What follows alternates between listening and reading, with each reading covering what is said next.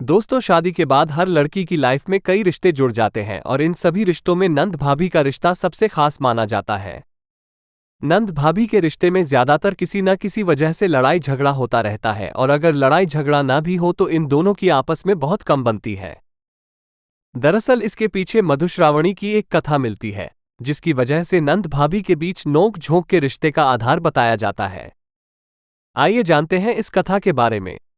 मधुश्रावणी व्रत की कथा के अनुसार एक बार माता पार्वती के मन में आया कि उनकी भी एक नंद होती, जैसे सभी की नंद होती है, तो इससे कैलाश पर्वत पर उनका मन लगा रहता। लेकिन भगवान शिव तो अजन्मे थे, उनका न तो कोई माता पिता था और न ही भाई बहन के होने का सवाल उठता। ये बात माता पार्वती अपने मन में रखकर बैठ गईं।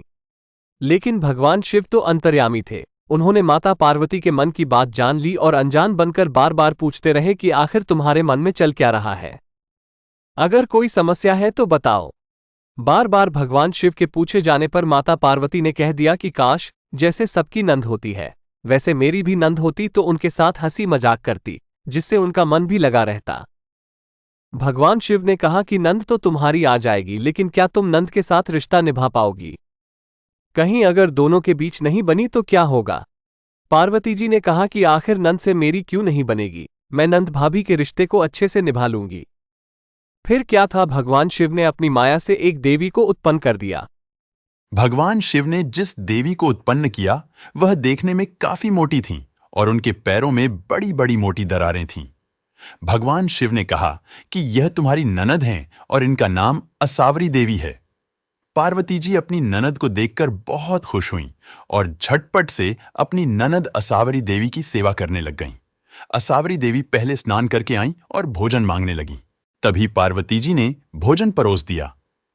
देखते देखते असावरी देवी भंडार में जो भी था वह सब कुछ खा गईं। माता पार्वती और भगवान शिव के लिए कुछ बचा ही नहीं था। यह देखकर पार्वती जी दुखी हो गईं।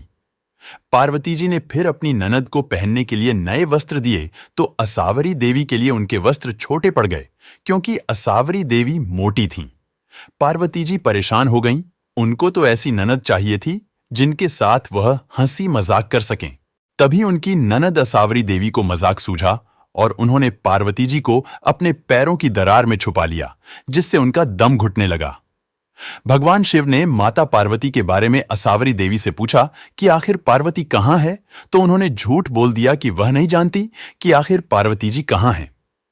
पार्वती जी चाहती तो आ जाती, लेकिन ननद की ठिठोली समझकर वह उन दरारों में बैठी रहीं। जब असावरी देवी की बात सुनी तो भगवान शिव को क्रोध आ गया और कहा कि कहीं ये तुम्हारी बदमाशी तो नहीं। तब असावरी देवी हंसने लगी और जमीन पर पांव पटक दिया, जिसकी वजह से पैरों की दरारों में से पार्वती देवी बाहर निकल आईं। पार्वती जी अपनी ननद की हरकतों से परेशान हो गईं और भगवान शिव से कहा कि आप जल्दी से ननद को ससुराल भेज दीजिए। मुझसे बहुत बड़ी गलती हो गई है, ननद की चाह रखकर। शिव ने असावरी देवी को कैलाश से विदा कर दिया।